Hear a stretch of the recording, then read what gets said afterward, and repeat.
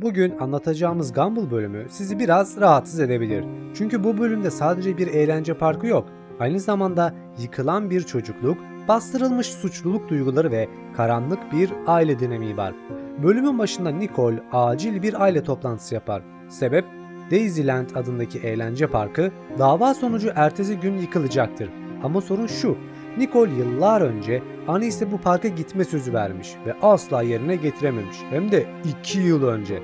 Bölümün tam olarak eleştirisine geçmeden önce sizlere şöyle bir şey söylemek istiyorum ve şahsi düşüncemi söyleyeceğim. Bakın, filmi tamamıyla ben bitirdim. Yani bütün sezonu aslında bitirdim ama sizlere step step bütün hikayeleri anlatmaya çalışıyorum. Çünkü Türkiye'de yok ve haliyle erişmeniz de çok zor. Türkiye'ye gelene kadar da 2 aylık bir süre zarfında gelecek. 1,5-2 ay falan sürecek dublajın falan gelmesi. Akabinde bu sürenin uzun olması sizin erişebilirlik açısından düşük olmanız nedeniyle bunları inceliyorum. Fakat şöyle bir şey söylemek istiyorum. Arkadaşlar şu ana kadar gerçek anlamda hikayeye dair, arka plana dair sıfır bilgi. Hiçbir şey yok arkadaşlar. Yani ne bileyim bir boşluktan söz ediliyor, ne bileyim bir rob'tan söz ediliyor, ne bileyim hani bir şey muhabbeti geçmiyor ya 7 yıldır biz neredeydik abi, biz niye uyuyorduk falan muhabbeti hiç yok. Ve bu nedenle tamam, burada sistemsel olarak bir eleştirisel videolar yapılıyor. Yani her bir bölüm eleştirisel, sistematik ve genel olarak kitlelere hitap eden mesajlar içeriyor. Ama abi bizim Gumball'da en çok neyi seviyorduk? Arka plandaki dönen hikayeyi, absürtlükleri seviyorduk. Evet, burada absürtlük var. Hem de çok çok iyi şekilde yapılmış. Ama gerçek anlamda hikaye dair bize artık bir şey vermiyor.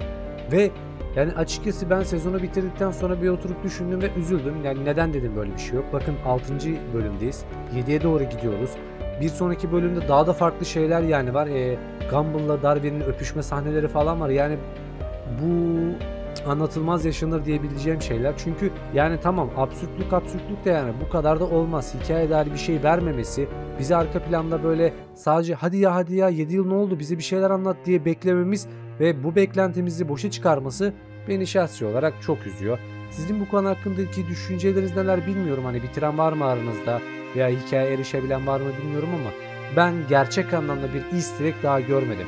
Sadece alt metinler, psikolojik mesajlar veya sistemsel bir eleştiriden söz ediyoruz. Ve tamam dostlar, anladık yani sistemi eleştiriyorsunuz da bize istediğimizi verin daha artık yani.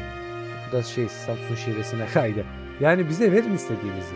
Sonuç itibariyle biz ne istiyoruz? Hikaye istiyoruz, altyapı istiyoruz, arka plan istiyoruz.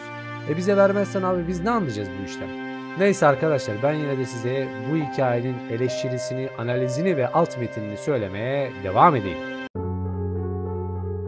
Tabii Nicole artık ne pahasına olursa olsun ailesini parka götürmeye kararlıdır. Ancak bu bir aile eğlenceden çok bir telafi operasyonu gibidir. Penny ile buluşmak isteyen Gumball, başka planları olan Darwin ve Richard bu ısrarı anlamsız bulurlar. Ama Nicole için bu daha derin bir meseledir. Bu bizim kızımıza yıllarca zaman ayıramamamızın, sürekli ertelememizin telafisidir der. Ki bence bu bölümde şöyle söyleyeyim, İnanılmaz derecede bir bütçe ayrılmış ve inanılmaz derecede, fark ettiniz mi bilmiyorum, animasyonların kalitesi aşırı derecede artmış. Yani mük bir bölümde. Sizin bu konu hakkındaki fikir ve düşünceleriniz neler, yorumlarda yazmayı unutmayın. Ancak konuya dönecek olursak Anais'in duygusal patlamaları da bunun işareti. Her ne kadar çocuk gibi görünse de bu bölümde Anais'in iç sesi ve öfkesi çok daha olgun. Sanki sadece ihmal edilmiş bir çocuk değil, ihmalin farkında olan bir bilinçli gibi. Anais ailesinin kendisini yıllarca ihmal ettiğini açıkça dile getiriyor. Bu bölüm üzerinde özellikle Reddit'te dönen bazı teorilere göre şöyle bir şey var. Anais bir yapay zeka simülasyonu. Bazı hayranlara göre Watterson ailesinin geri kalanından çok daha bilinçli ve akıllı. Bu bölümde de aile içi dramı fark eden ve yüzlerine vuran tek kişi Anais. Acaba Anais'in bir deneyin parçası olarak ailesinin duygusal kararlarını gözlemleyen bir yapay zeka olabilir mi? Ya da daha da ileri giderek bu Anais'in kendi zihninde yarattığı bir test ortamı olabilir mi? Ailesinin kendisine olan sevgisini ve önceliğini test etmek için kurguladığı sanal bir gerçeklik. Peki Daisyland bastırılmış suçluluk duygularının sembolü de olabilir mi? Parkın yıkılması sadece fiziksel bir alanın yok olması değil, aynı zamanda Nicole'ün geçmişte bastırdığı suçlulukların da yıkılması anlamına geliyor. Yani park vicdanın inşaatı, yıkım artık yüzleşmelisin Nicole kısmıdır. Bu bir çocuk animasyonundan beklemeyeceğimiz bir psikolojik derinliğe sahip.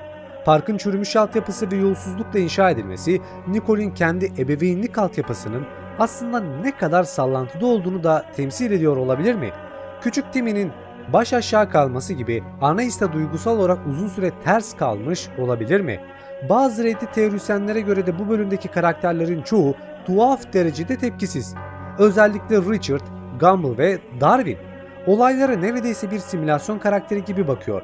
Bunu destekleyen detay ise Anais'in sürekli aynı cümleleri tekrar etmesi ve ortamın gitgide daha yapay hissettirmesi. Sanki Anais bu karakterlerin bir tepki vermesini bekliyor. Onları belirli bir senaryoya itiyor. Polisin bile son derecede absürt bir şekilde davranması, aracı tekne olarak tescil ettirmesiniz demesi bu boş evrenin tutarsızlığını gösteriyor olabilir mi? Bölüm boyunca araba sürekli sorun çıkartıyor. Müzik bozuluyor, lastikler iniyor, hatta Richard onu tekne olarak kaydediyor. Bu araba Watterson ailesinin iletişim ve işlevsellik durumunun doğrudan bir metaforu da olabilir. Araba ne kadar Anais'in ihtiyaçları arka plana atılsa bozuluyor. Ne zaman aile bir araya gelmeye çalışsa engelleniyor. Aracın tekne olarak tescil edilmesi, ailenin gerçeklikten ne kadar kopuk olduğunu ve Richard'ın bunu ne kadar çok desteklediğini ve uçuk olduğunu gösteriyor. Aynı zamanda hedeflerine ulaşmak için ne kadar farklı yollara başvurduklarını da ima ediyor.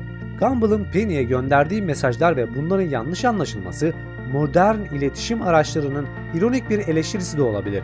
Gumball, Penny'e özür dilemeye çalışırken yanlış mesajlar gönderiyor ve bu durum Penny'nin ondan ayrılmasına ve üzülmesine neden oluyor. Watterson ailesinin birbirleriyle ne kadar yanlış iletişim kurduğunu da simgeliyor olabilir. Duygularını doğru ifade edemeyen, niyetleri sürekli çarpıtılan bir aile tablosu. Bu çocuklara sunulan bir animasyon gibi görünse de arka planda şu sorular var. Bir ebeveyn geçmişteki ihmallerini telafi edebilir mi? Çocuklar aslında bizden daha mı çok farkında her şeyin? Her erteleme bir duygusal çöküşü mü tetikliyor? Bu bölümün en güçlü yanı Nicole'in kelimenin tam anlamıyla kendi travmasıyla savaşması ve bu savaş bir eğlence parkında değil kendi zihninin çöküşünde geçiyor gibi. Son sahnelerde Anais'in "siz bu borcu ödediniz ve sevgiyi hissettim" demesi gerçekten bir telafi mi yoksa Anais'in ailesini rahatlatmak için söylediği bir kapanış cümlesi miydi bilinmez. Bir Reddit teorisyenlere göre de Gumball'ın yaşadığı tüm evren aslında Anais'in bilincinin içinde dönüyor.